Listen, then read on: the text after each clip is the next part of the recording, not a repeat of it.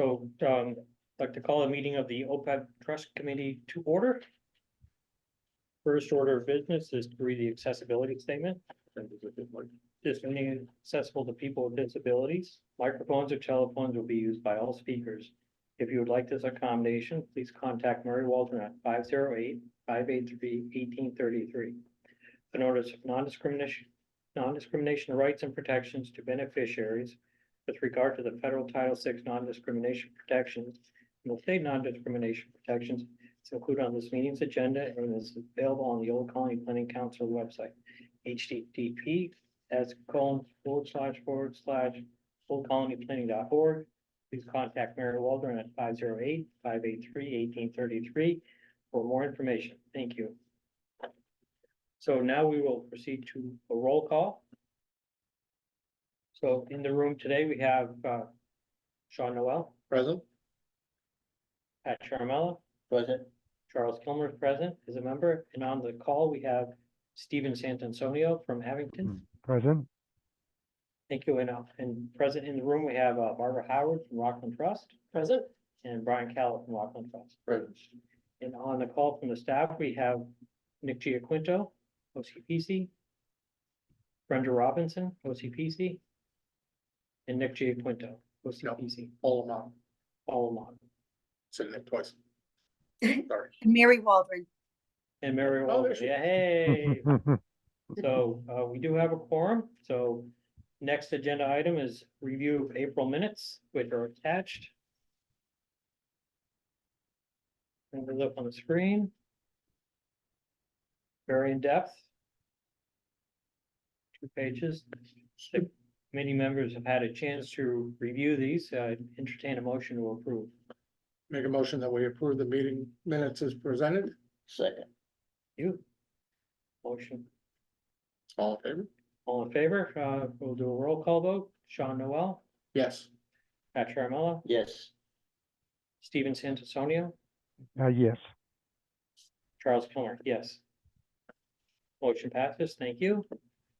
And next, we'd like to cede the floor to Rockland Trust, Barbara and Brian. And we will put the presentation up on the screen as well and note that the attendees and present have the actual presentation. Awesome, thank you. So how much time are you thinking for us? 20, 30 minutes? Just be careful, just be careful. Whatever time you need, as long as I'm. 20 minutes would be fine, Barbara. 20 minutes, okay, awesome, thank you. We can certainly do that. So we can leave you wanting more and we can put you to sleep. How about that? The cover sheet there is just your account contact, so it's myself, Brian. We have expanded the team and I've hired Dave Schiller, so he's another relationship manager along with myself. I'm the lead on this relationship, and then Heidi is our administrator, so I always say contact Heidi because she's always in the office. Okay. So on page 2 there, you can see the agenda. I will take you through the relationship review. We'll look at the OPEB planning steps. And then Brian will take you through the discount rates and then the allocation and the performance. We do have some market commentary slides in there, should there be any questions. So that next section there, one thing that I always wanted to keep reminding you is that we do have a small money market account. It's just in a custody account that has a balance of 124,000. So I put that on there as a reminder more than anything else. The next section there is the actual OPEB account. It was opened in December of 2012. The investment objective is balanced, and Brian will go over that. And then you can see the funding over the various fiscal years. So your total funding is $765,000. The market value as of May 31st was just about a little under $1.2 million. We have the authorized signers as Christine, Douglas and Sandra. Are those still right, or should they be updated? They will need to be updated. Still need to be updated. Okay. Who should I reach out to do the paperwork with? Is it Mary Waldron? Mary Waldron. Okay, Mary, I'll reach out to you tomorrow. Great, thank you. All right. We have your auditors as, I don't even know how to pronounce that, Guider Hurley. No, That needs to that's, be updated. that needs to be updated as well. All That's right, our Clifton Larson. Clifton Larson, okay. And your actuary is Parker Elmore at Odyssey. Hey, correct. Yay. We should have these meetings more often. I had his report. And then the last note on this page is just shows you how the fees are calculated, so they're calculated on a breakpoint basis. So as of May 31st, the annual fee is just a little over 50 basis points. Okay. All right, so page 3, so the one thing that Brian and I both want to do is commend you for all of the seriousness and the due diligence and everything that you have done with OPEB, because we do not see that a lot, so congratulations on everything that you have done in getting to where you are today. So if you look on the top of page 3, you had originally adopted the chapter back in 2010, and then I have that you readopted it in June of 2022. I have a copy of your trust agreement. I don't have it signed, so I put it on here as drafted. Has it actually been executed? Yes, Mary, can you send me a copy of that? I can. Can you hear me? Yes, I can. Yeah, thank you. Mhm. And then we have an investment policy statement that's dated January of 2016. And we have a funding plan of $5,000 a month. Is that, I don't believe has changed. Is there any? No, that's Thoughts? current monthly funding, yes. Okay, perfect. And then as with anybody else, once, as far as the current payments go for retirees, everybody does what they call pay as you go, meaning coming out of your general operating until this trust gets better funded. Mhm. So are there any questions on that? I went through that kind of quickly. So what, if we would need to revise the policy statement, the investment policy Mhm. statement, what would we need to go to do about? Well, we can discuss that here. We can just change it how, like the allocation I or think something one of to the that things- point. Correct me if I'm wrong, Charlie, but I think one of the things that we do want to consider is whether or not, you know, is balance the right portfolio structure to be in at this point. Yep, and Brian was gonna cover that. Okay, all right, so, Awesome. and again, sometimes I'm asking questions just because I'm trying to learn. And then, Not no, because and I that's. wanna make a change. No, and those are perfect And that's the questions. perfect answer. The more questions we have, the more we know how everyone is looking at the trust and the plan, as opposed to, sometimes people have to be holding all their cards, we leave, okay, well, nice group, nice people. I don't know whether they like us, don't like us, like what we're doing, or, or know what we're doing, right? So anytime we question, we just know where everybody is, so Sure. more than merrier. Okay. Yeah. Sure. So flipping the page, it says discount rate there. Mhm. This is all kinds of gets married to the discount rate and the allocation, because one drives the other. I think the discount rate by definition, when they changed to GASB 7475, they went and said, okay, where you have no funding, or which is beyond your funding balance, we're gonna give you the 20-year municipal bond, AA or better, index year.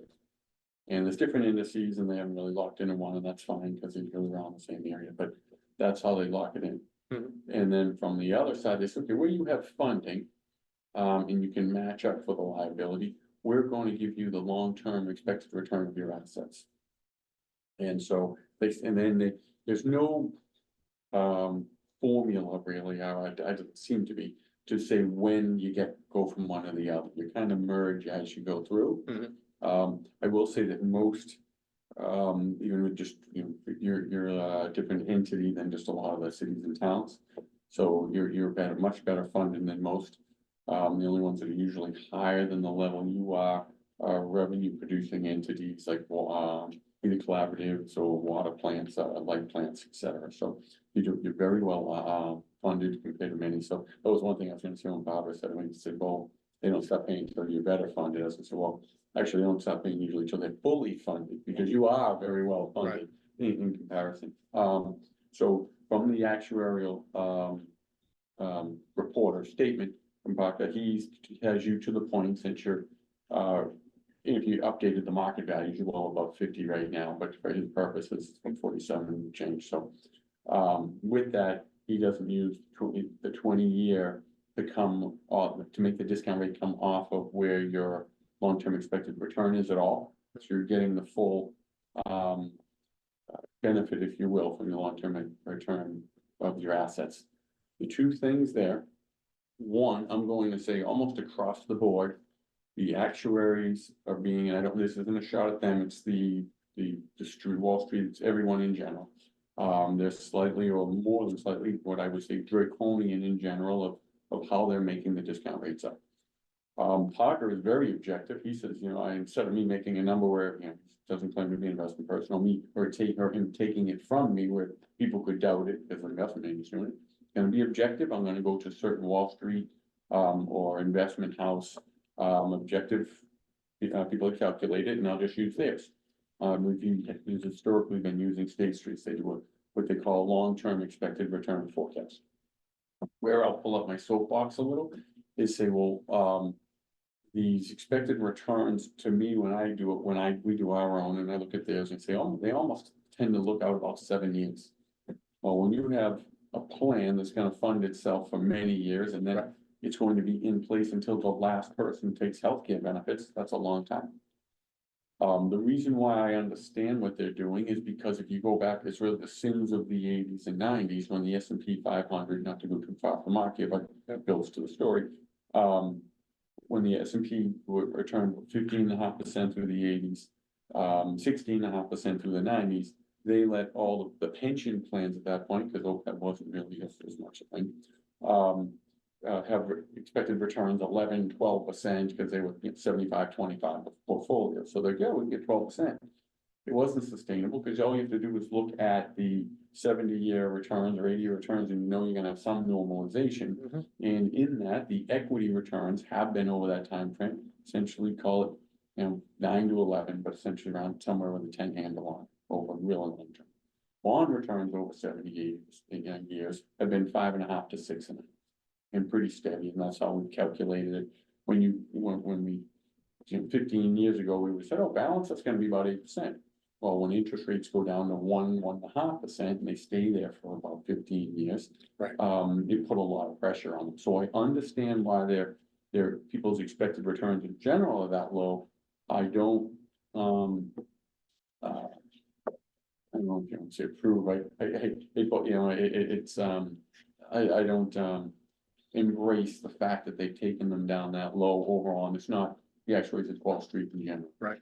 Because I do believe, you know, right now the rates are already higher, I don't know where they're gonna, but, so with that, the good news is already built into your plan is gonna be another percent when you get it, so when you kind of flip the page, when they do the analysis of what happens with a discount rate change.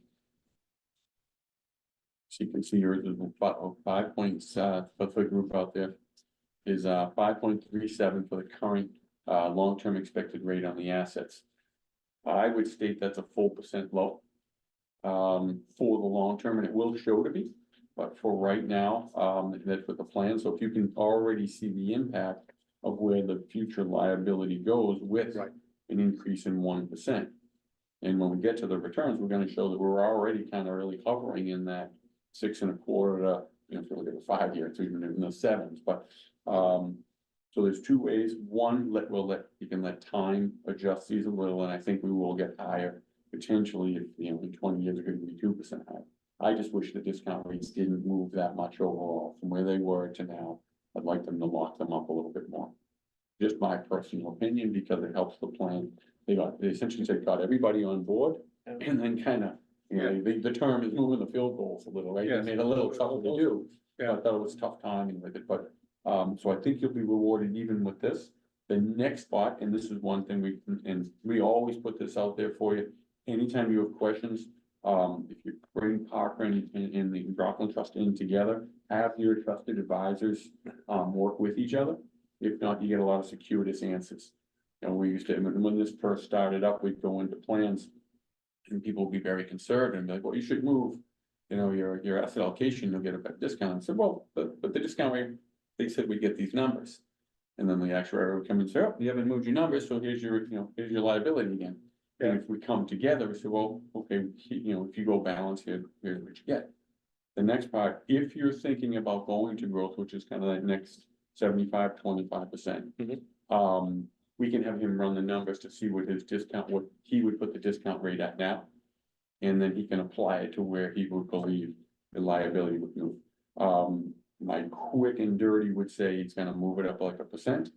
Into which that I would say that whatever number they're calculating now will prove to be probably 1% too low as we go, like our growth portfolios are much more in the sevens, et cetera.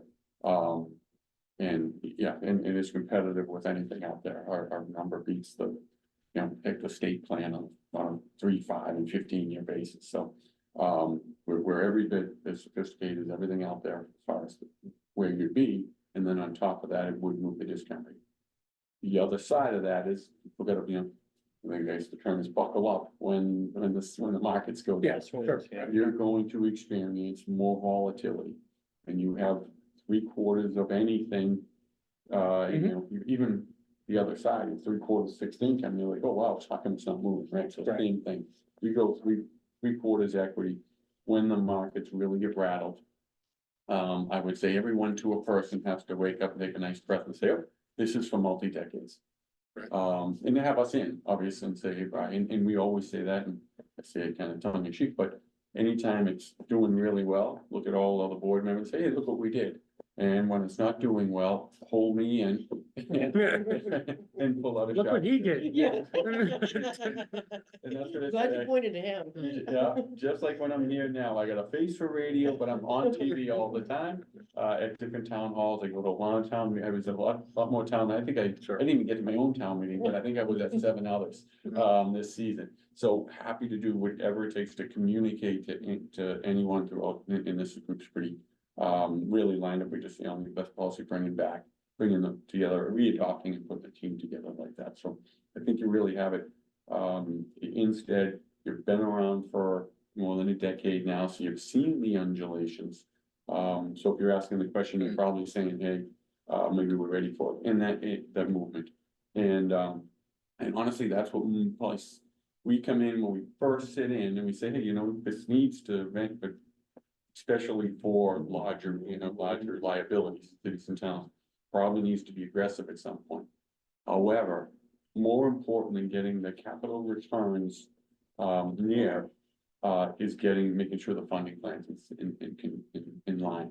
So if you think you started this up and you have many contributing towns, if you put it into a higher equity exposure portfolio early on and it goes down, they're like, we're not giving you, to use a technical term, we're not giving you any more money. Look what you did with what we Right. gave you. Yeah. So almost 70-75% of the plans that came in started out as balanced, where the market's good and bad. Obviously, there's always oh man, we missed a really good run. Same thing over multiple decades, it's gonna be fine, because that missing a run is usually much less impactful, because it's not gonna interfere with your funding plan or people derailing the process. Right. So now we've already on board, we can have the conversation if you want to do it as part of tonight.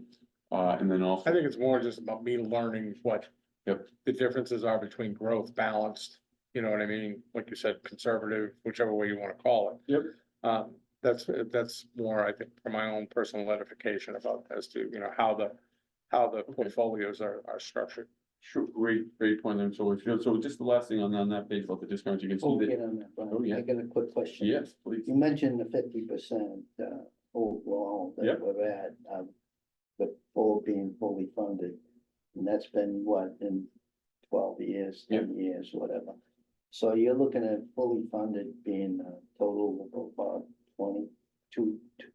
or something Yeah, like and that. so they have it, sorry, plan in front of me, so they have the piece right there, they have you fully funded as,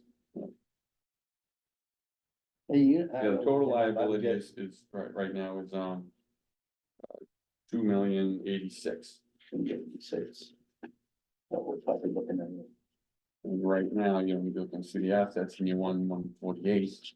So you're well over 50.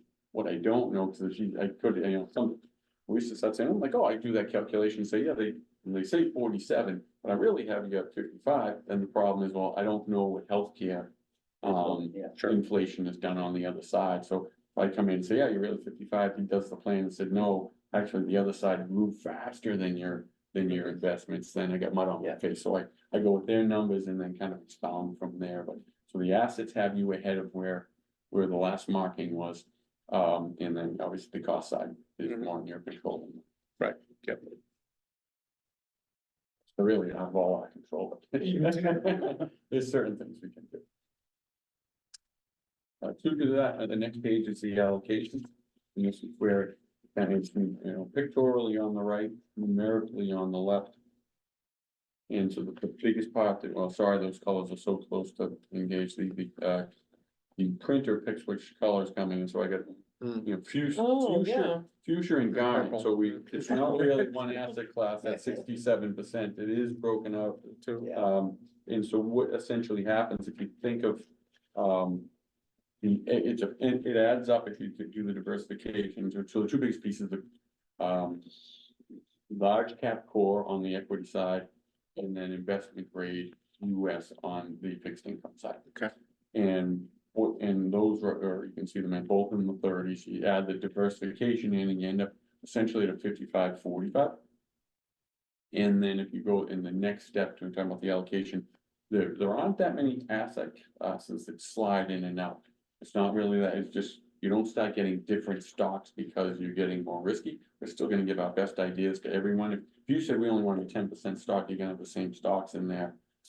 As someone that said they want 90% stocks. They're just gonna have a whole lot more of them. And the Right. same thing with those diversifying asset classes, you'll have more developed equity, you'll have more emerging markets, et cetera. So, yeah, we don't start adding in more risk-like assets because they still do when we build the portfolios, our modeling is saying, let's look at asset classes, how they've evolved over time. And then through good times, bad times, tumultuous times, everything you can think of. And then try to predict, you try to balance what happened before and what we think could happen. And then how they've moved. So if you think of it, people, and keep it back in 15 years or something, I say 15 years, they say, well, you have to have so much more developed international out there. You say, well, now they move much more similarly. And they haven't moved nearly as well. I don't want to just get out of global, but at the same time, those have moved over time. More alike. And so we want to see how all those work. And then other asset classes, when they first, if you want to get invented, they get investable for everybody. They usually feel cost prohibitive, or sometimes the mechanism is risky in itself. And what I mean by that, there's things out there like you can get exchange traded notes to get access to multiple markets. Well, in 2008, there were a lot of people that had exchange traded notes that were underwritten by Lehman, that were, say, by, for bonds or something, and they say, oh, yeah, my funds are up. Yeah, but the person who's guaranteeing it is gone. Yeah, right. So you have to watch, you're starting in more risk, counterparty risk in there, et cetera. So what we want to make sure we watch the evolution of the asset class, the vehicle to which it comes, and the cost, because you don't want to put something in that's cost prohibitive by them. You want to make sure it all melts. So that's what we do every 3 years. If you want to, if you think of all these pieces of pie, we pull them out, kind of like, the deep dive you did on the whole process. We pull them out and say, okay, do all these things still mesh? Well, having them in there is the first thing they do, lower the risk a little, and then add the return to the portfolio. And if the answer is yes, then it should be in there. And then after we get the assets we want to give, let's see how much the models are calling for. Then we go out and fill them with the investment vehicle that we want in there. But when you combine all these together. Yep. At what risk does it put the council at?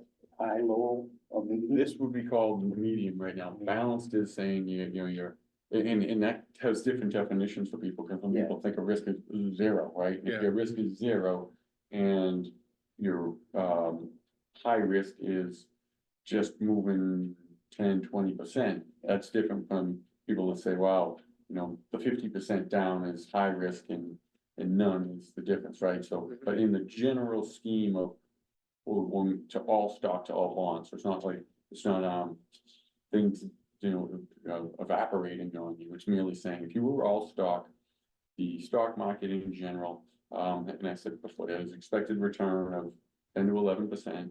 And it's got a standard deviation of 14 to 17%. That's a lot of it. That's one variation. Yeah, right. So when you start doing 2 and 3, and never mind when they start talking about 6-figure events, Yeah. you get a lot of movement. The other side, if you have a bond, an intermediate bond portfolio, probably has risk of, call it about 3 to 4% by standard deviation. So you can see how much that's only gonna move. And then from there, we said, okay, what would the middle be between that 14 to 17 and that 3? Okay, that's your balanced portfolio. Mhm. And so, Okay. you know, and then the growth is somewhere, it's probably half in between, all stock and balance. And then the same thing on the other side. And we'll send it to one people and say, hey, yeah, we'll get ahead on our numbers, we'll just, you know, lower the return, I mean, we'll lower the exposure to stock. Yeah. And then the Right. actuary puts up their hand on the corner and says, then I gotta move the discount right down. Yeah. Right. The liability goes up, so, but, so that's the nature of the balance, we wanna make sure that we have, everything in the portfolio that makes sense.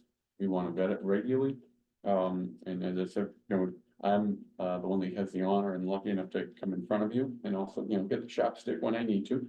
But I sit in around a table, actually, probably fill the room now almost with the amount of investment people we have.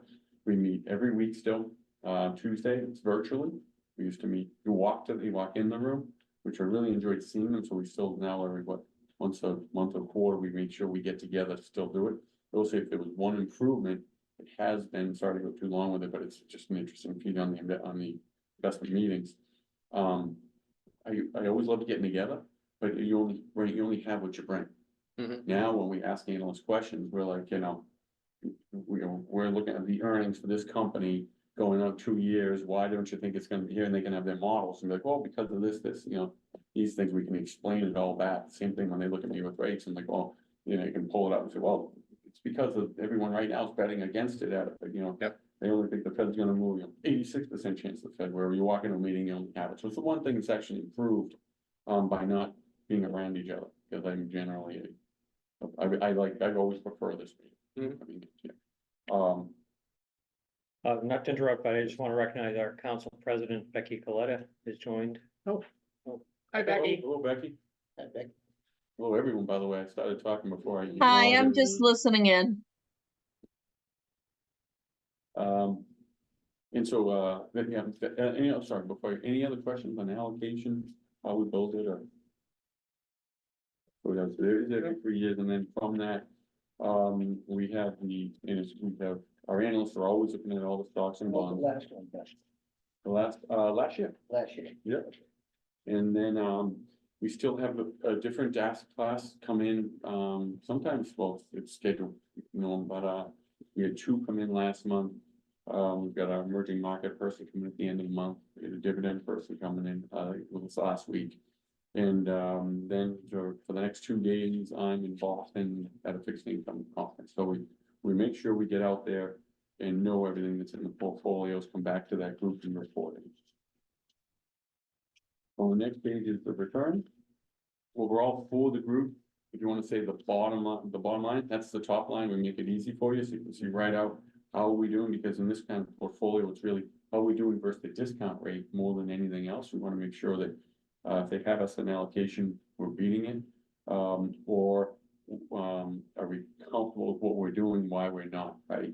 And so there'll certainly be dips in the market where you can see, you know, more than if you go across from the total fund is your asset. Anything in bold is your asset, or one of the assets broken up, and then the italicized or different indices that we're trying to beat through time. And so we go through and start to see when you from left to right, you can see the fund and the market value. The 1,140,839 value, and then you can see right below it is fixed income, that's essentially the bonds, 486,209, and then we break it up to just like the pie chart did. And below you can see more equity counts, that whole 55 to 45 normalization is 641,948, so more stock than bond, and then as you go across, you can see those bold numbers and how they kind of add up. And what you can really see is, I go to 2 parts on the what I call the bottom line or the top line, that We'll never do a real I'll never come in here dancing on a short-term number, because I know how quickly that can turn and can have egg in my face. Yeah. We wanna build towards that longer. I won't come in and say, well, fiscal year 10%, you're doing so great. Yes, we've had the wind at our back. Same time, I'll usually say that, take a good look at those numbers. It's as good as it gets essentially, but for how it goes, we know that we're gonna give a lower one at some point to have them average. All we have to do before we say, well, is now the time? I don't know, because you can look at the 3-year number and know that in 2022, we had two things going. One thing we really learned was that we always look to bonds to be a diversifier of stocks. Like, things go bump in the night, we run the fixed income, and it's just a teeter-totter for those on the other side. Bond interest rates and prices, interest rates go down, bond prices go up. And when the Fed does what it did, and not only puts them down, but puts them way down, the bond prices go down, rates popped up 5%. Bonds of the treasuries even had the worst bond market they've had in generations, really, but over 40, 50 years. And the important part about that, it was strictly an interest rate event. We didn't have, it wasn't 2008 where you had things going out of business and you weren't getting any money back. It was strictly rates going so low, they popped them up. And I could probably show a slide at the end, but it was very impactful to portfolios. And the interesting part, after bonds jumping to the rest of your stocks all this time, bonds essentially needed diversification now, and stocks said, oh, they've lifted rates, we're gonna have a recession, we're gonna go down too. So stocks weren't the diversifier for bonds like bonds usually are stocks. So, which is kind of how you want it, meaning when your risky asset or your more volatile asset is moving around, that's when you need fixed income. So you can see the 3-year, because of those low returns at that point, is really low. And then the long term, it's like going to the 5-year, and then after, you see how low fixed income, we essentially averaged the core 0.81 and all of fixed income 142. Interest rates were just so low and, kept artificially low from the Fed that long, that we really needed the equity portion to be pulling the sled. There'll be a time where that reverses, and just kind of see it right now when you're fixed income. You kind of have that 5 in the short and kind of 4s and a little bit longer. If nothing happens, we're gonna get that return, we're gonna compound, and we'll be really happy. And as Einstein used to say, it was one of the most powerful forces in the universe. And the other side of that is if things go poorly, we'll see the interest rates go down, compress, and bond prices will go up. They'll help the portfolio stave off if it is recession or anything. I'll be the only one crying because everyone have awesome bond returns, and I'm like, I got me low yields again. And if the other part happens and they have to raise rates, the important part now is if they raised rates of 1% right now, you wouldn't have negative bond returns. You'd have low bond returns. Right. But you didn't have that protection last time that you have. So it really becomes more of a stock story, and then obviously inside of that, there's AI stories and everything else. So those are returns. We put the annual returns behind them. And that way, actually, the big piece you can see there is I like to point out, we have them just real quick on it. Just look kind of that to the right hand side. It's almost the same picture. And you can see 2022 and how impacted things were. And then the opposite side of that in 2023. So bonds went down so dramatically over that time frame. Stocks went down and then popped back up in 23 when they felt the risk was over. And we'll see how it goes from there. I don't know if that created questions, comments, if I went too long, too short. Only thing I was gonna point, I think, on these charts, because I talked about too much about those bond side, is the second to last page. I want to show you how different the bond market is. One Page more. number 19? And, Oh, yeah, page 19. yeah, one back, sorry. Yeah. Yep, so here's International valuations of Bloomberg, Bloomberg. Bloomberg US AGG, which is the aggregate bond market, annual returns and intra-year declines. So on this page, you can see it starts at actually 12/31/75. That's not a coincidence. That's when Lehman Brothers started the index back then. It's gone from Barclays to now Bloomberg. It goes all the way through time. The red dot with the negative number there is at any time during the year how much the bond market moved negatively. And the gray bar is with the bond market return, and this is all investment grade bonds, return during the year. And if you go across, you can see nothing like we just witnessed in 2022. That's how different it was. Yeah. And the big difference for anyone that's as old as me in the crowd, I'd point to a little past mid, you can see 96 is 2 years old, and that is 1994. That's when Greenspan unexpectedly raised rates, 3 to 4%. It kind of blew up Orange County. You heard those stories sometimes. And you say, well, if he moved it several hundred%, and they had -3, why'd we get -13 out of that? And the difference was really, they came in with 8 to 10% returns. So when you move rates, you get that for the whole year. So over the course of that year, you get your income, and then you get the principal move. We came in 2022 with 1.5% rates, so we had no protection. So it's a real story. When people say, why did bonds move that much? I just want to point to that. And for later in the story, if you look at the next page, it's the same chart with stocks. And you can see the stock market is very comfortable being up and down. Yeah. It is very normal for stock markets to move like that. It is not move up, and this is the next page, sorry. The stock market, you can see how much that moves. The variability is built into it, and the bond market just doesn't usually work like that. And it was the absence of yield, or what you call coupon, coming in, and you couldn't protect the bond. I'll stop if you need me to, or if you have any other questions, I'd be more than happy to answer anything. You guys? I'll leave it to the panel and anybody on the call as well.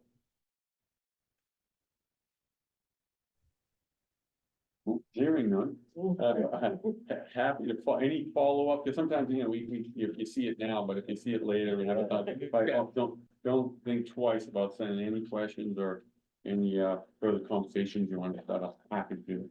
So I have a question, obviously, colleague Sean brought it up earlier, the difference between balanced and gross, and we're obviously in the balance since the beginning. Yep. What percentage of your clients in similar situations are in a similar model? Okay, yeah, and then so it's. And how often do they say, well, yeah, I wanna earn a little bit more, but then on the flip side, all they do is complain every month that I can't stomach this. Yeah, so with, it's the whole client side, they do it all the time. Right. Private clients. But for OPEB We plan, deal with other people's money. yeah, yes. Good, very good point. So with OPEB plans, there's actually several almost unique factors here that come in. But the first ones are, I always say, never move because of the market. Like right now, I wouldn't, now it's right, it wouldn't be the market on the stock side. They're like, yeah, this is the time you have to go in on stock. Because you were getting all-time highs. Yes, it's very much tech laden. It's very much the top 10 stocks in the market. I mean, you get a third of the stocks right now in 30% of the whole S&P 500 is in 10 stocks. 10 stocks, yeah. So 490 are 2/3. That's high. So if you have any kind of tech recession, you're gonna see some movement there. It could also mean that you could have a benign recession, essentially like 2022, and not have other stocks as impacted. It's really just that sector. But we say that you move it for the plan only. Do not move because you're thinking of the market. As a matter of fact, is what would be moving to, as I said, definitionally, it's going into the more risky asset class. It's higher right now. With the bond market, we already kind of got hit a little bit, and now the rates are high, and you're in a good spot. So And it seems to be recovering a little bit. yeah, so given everything I just said, I'm like, wow, I don't know about timing, but it's more just the plan. Can we take the movement? Does everyone understand that we're gonna have undulations? Like we just showed you your returns, we can show you, the annual returns of what the growth portfolio does for ours. Or what just the stock market does. And then within that, you have to realize that is your cash flow ironclad from the people that fund the plan?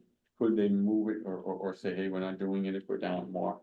So you have to be careful that, but it's more, have we witnessed the market long enough? Are we doing it because we just want that 1% more? Really, eventually it'll be 2 from where we are in this, in this document, but are we doing it for the plan?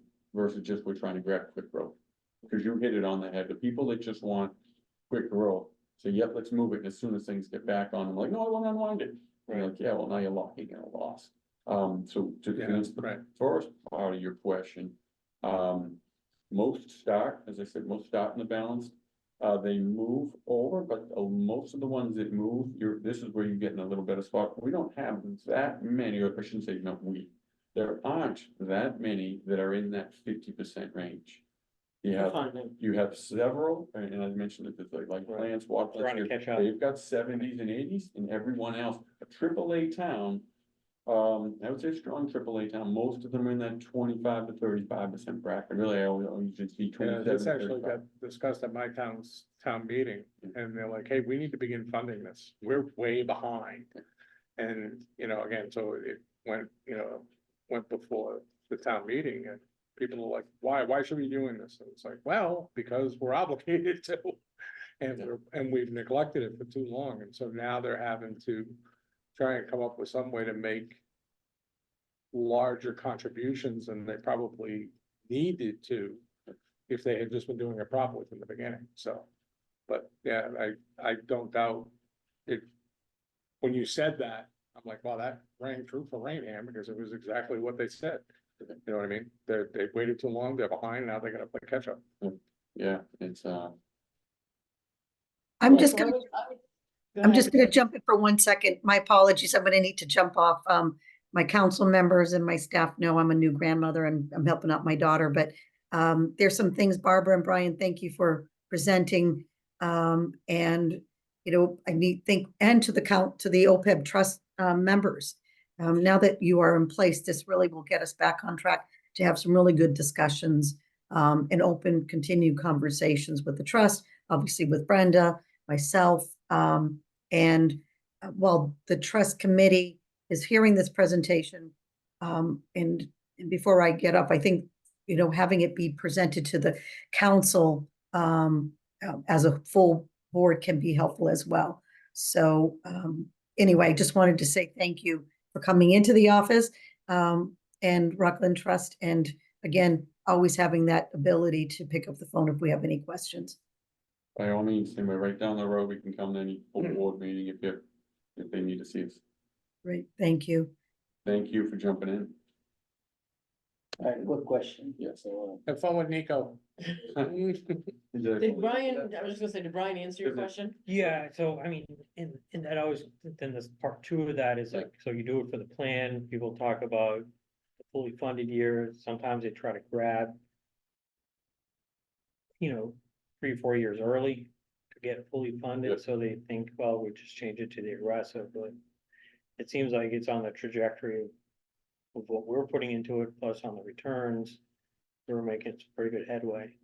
Made great headway being I think you're in the 50s, and I Yeah. don't know the cost side went, Mhm. but the market's taken to this, or if you're in the kind of, whether it's Yeah. 47 with Parkers or my 55.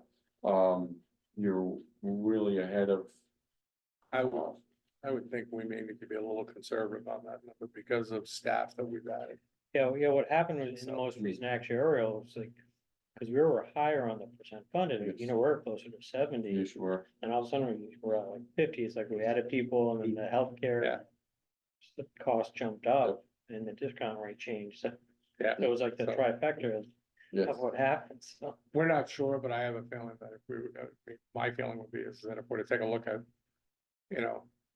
a best guess, I would probably guess on the conservative end rather than,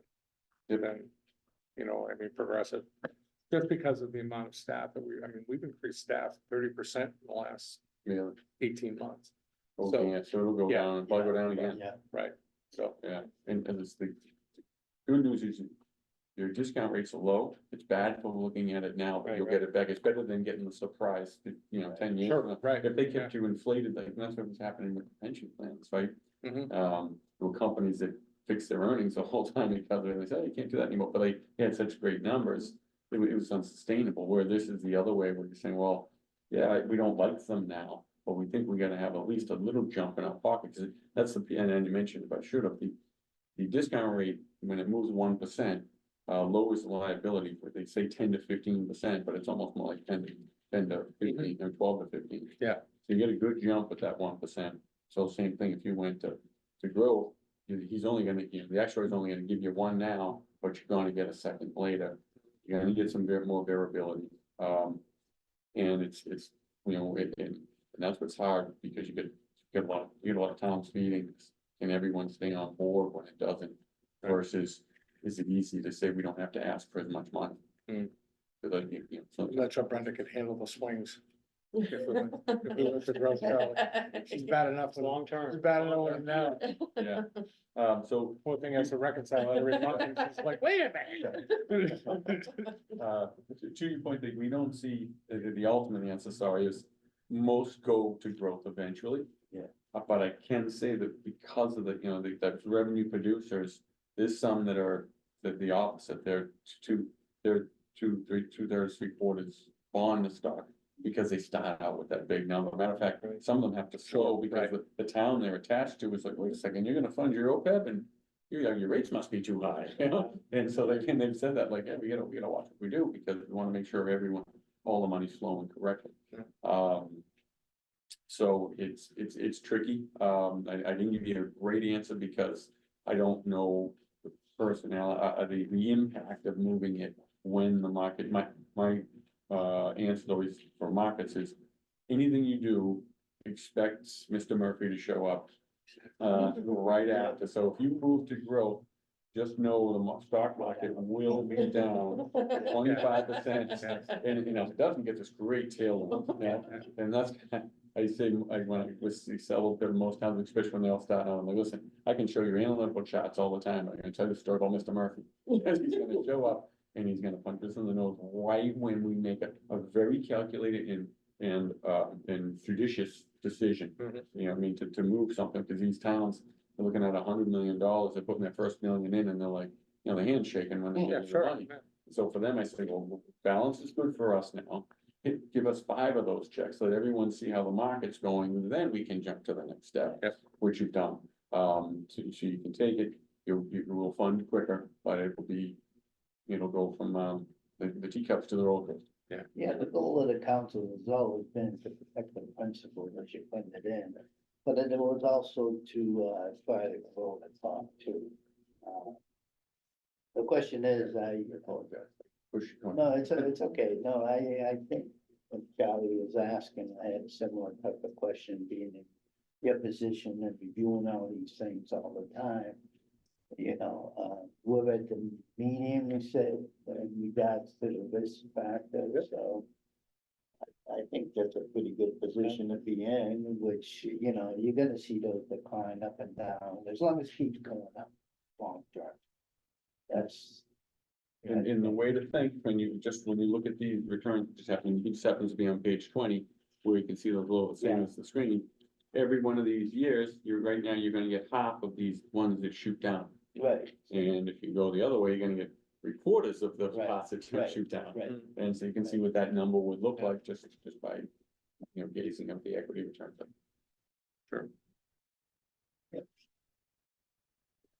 Yeah, that's where on the earlier screen and like Pat said, protector principle, but about a third of its value is based on returns.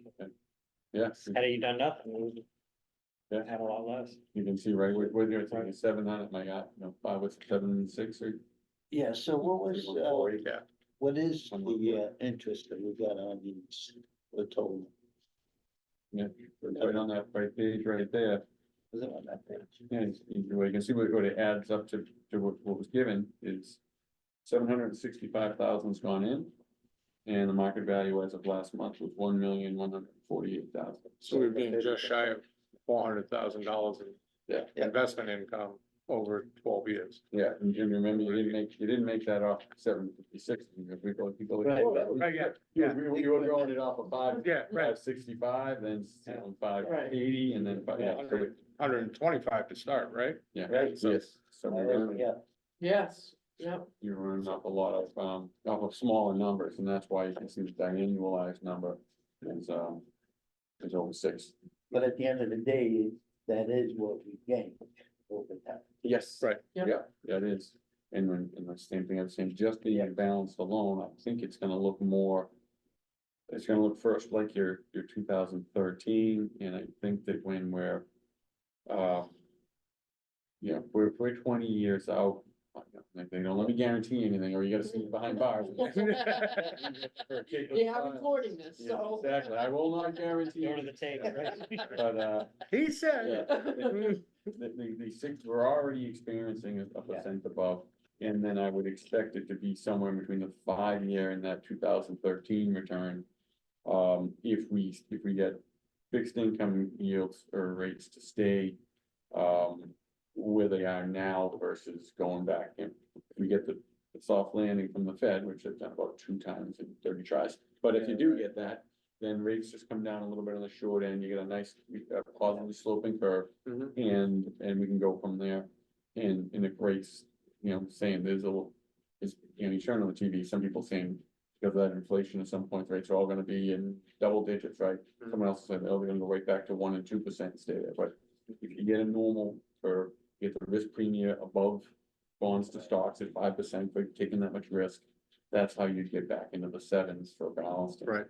But I don't think we're gonna get there tomorrow, because we gotta figure out, the curve has to figure out where it is. Some steam probably has to come out of this tech, or this AI run. I don't know what inning we're in there, whether we're in first or ninth, but, so we're gonna get some manipulation. There's gonna be some uncertainty in all of this to do the elections.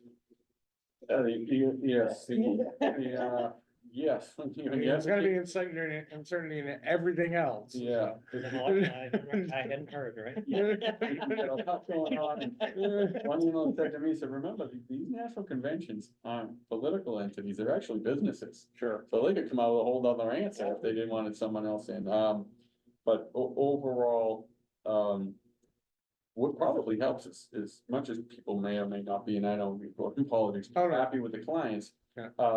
They're both kind of known entities. Sure. So what the market hates is uncertainty. And Yeah. whichever candidate wins now, we don't have that uncertainty, because we know what both of them are sort of gonna do. So it's really just how. We may not like any of You it, got it. but we know what they're gonna do. Right now, half the nation's pretty close, because half is going both ways, but, it's more, how, and that's why the midterms get big, right? It's how the all Congress, Senate, how the Senate, the House and the administration line up, because if you have 3 in a row, they can do what they want. Yeah. You get a stalemate and everyone knows nothing's gonna happen. Yeah, right. So and actually all 3 can be okay, like, because, oh, it's gonna crush it, well, we know what's gonna happen, because they just said what's gonna happen, no one can stop them. Right. It's in between when things can swing votes and all Yeah, those kind of items, that's what really throws things through.